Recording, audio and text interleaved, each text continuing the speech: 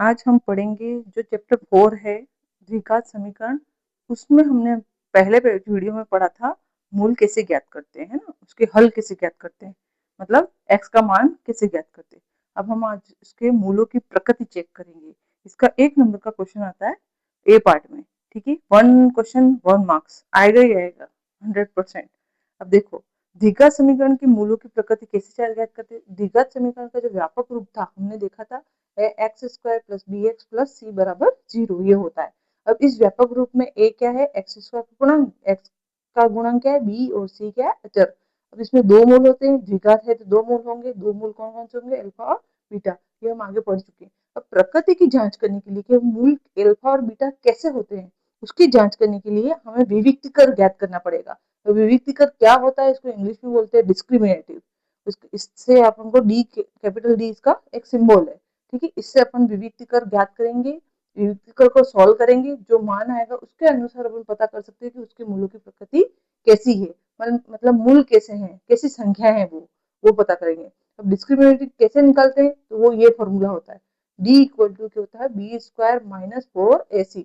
जो B square minus 4ac है उसी को बोलते हैं विविक्ति कर, और इसी का जो मान निकालेंगे बी स्क्वायर माइनस 4ac, इसको सोल्व करेंगे अपन समीकरण में, और सोल्व करने के बाद जो आंसर आएगा उसको देख के पता चलेगा कि उसकी प्रकृति कैसी है, उसके मूलों की प्रकृति कैसी होगी, ठीक है। मूल वास्तविक होंगे या काल्पनिक होंगे वो पता चलेगा। अब कैसे, तो देखो फर्स्ट हम पढ़ते हैं जब b square minus 4ac, first जो केस है इसमें ये आपको बहुत इंपॉर्टेंट है और ध्यान रखना पड़ेगा। यदि b square minus 4ac greater than 0, मतलब 0 से बड़ा है, अगर इसको सोल्व करते हैं और 0 से बड़ा मान आता है ना, तो तब मूल वास्तविक और असमान होते हैं, मतलब दोनों अलग अलग मूल होते हैं। अल्फा और बीटा दोनों का मान अलग अलग होता है लेकिन वास्तविक होते हैं। वास्तविक मतलब वास्तविक संख्या अपन पढ़ चुके हैं पहले, ठीक है। वास्तविक संख्या में क्या आती है, परिमेय और अपरिमेय दोनों आती है, ठीक है, तब जाके वास्तविक संख्याएं बनती है।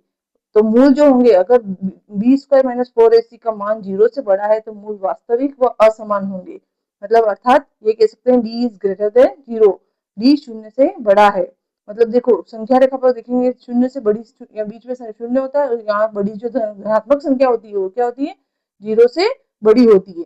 मतलब धनात्मक संख्याओं में ये होता है डी का मान, अगर अगर धनात्मक है, बड़े 0 से बड़ा है, तब मूल कैसे होंगे, वास्तविक और असमान, मतलब सेम नहीं होते हैं, अलग अलग होते हैं। देखो इसी में दो केस होते हैं, एक तो केस होता है वास्तविक, वास्तविक और असमान में दो केस है। पहला है case b square minus 4ac greater than 0, मतलब 0 से बड़ा है तथा बड़ा है और एक पूर्ण वर्ग संख्या है।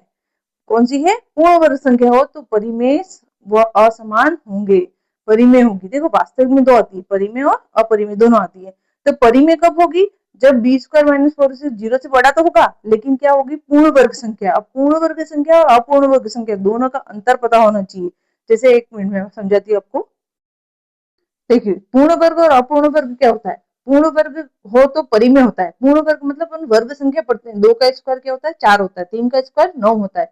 देखो 2 स्क्वायर 4 है, 3 स्क्वायर 9 है, इनके बीच की जो संख्या होती है, जैसे इससे पहले 4 से पहले कौन सी है, 1 2 3, और इन दोनों के बीच में क्या है 5 6 7 8, ये सब अपूर्ण वर्ग संख्या है। ये पूर्ण वर्ग संख्या कहलाती है, जो किसी ना किसी का संख्या का वर्ग होती है वो पूर्ण वर्ग संख्या कहलाती है। और इनके बीच की जो संख्याएं होती है जितनी भी हैं शेष, इनको छोड़ के, पूर्ण वर्ग संख्या को छोड़ के, वो सब क्या कहलाएंगी, अपूर्ण वर्ग संख्या कहलाएंगी। जैसे इससे पहले अपना 1 2 3 था, ठीक है, 5 है 6 है 7 है 8 है, ये क्या है अपूर्ण वर्ग संख्या है। उसके बाद 9 है वो पूर्ण वर्ग संख्या है, लेकिन 9 के बाद 10 11 12 13 14 15 वो सब कैसी होंगी, अपूर्ण वर्ग संख्या है, ठीक है। ये अतः देखो बी स्क्वायर माइनस 4ac पूर्ण वर्ग होगी परिमेय और असमान होंगे, और b square minus 4ac is greater than 0, लेकिन अपूर्ण वर्ग हो तो अपरिमेय होगा। अपूर्ण वर्ग है तो अपरिमेय और पूर्ण वर्ग है तो परिमेय, ठीक है। जो मूल होगा वो असमान होगा। पहला जो केस है वो थोड़ा बड़ा है, उसको अच्छे से समझना है, आप इसको रजिस्टर में लिख भी देना, ठीक है। अब आगे पढ़ते हैं। देखो अगर बी स्क्वायर माइनस 4ac, दूसरा केस, पहला इस केस था बी स्क्वायर अगर 0 से बड़ा है, जब धनात्मक संख्या हो तब ये होता है परिमेय या अपरिमेय, वास्तविक संख्या कहलाती है वो। यदि बी स्क्वायर माइनस 4ac का मान 0 के बराबर हो तब मूल वास्तविक तथा समान होते हैं। दोनों मूल अल्फा और बीटा क्या होंगे, बराबर होंगे, अल्फा बराबर बीटा होगा।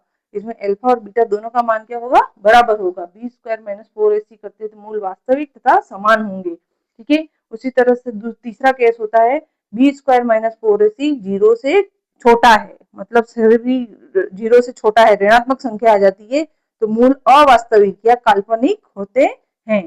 ठीक है, ये 3 केस आपको अच्छे से ध्यान रखने हैं। इसका एक क्वेश्चन फिक्स आता ही आता है। ठीक है, इसका एक क्वेश्चन फिक्स आएगा ही आएगा। Thank you.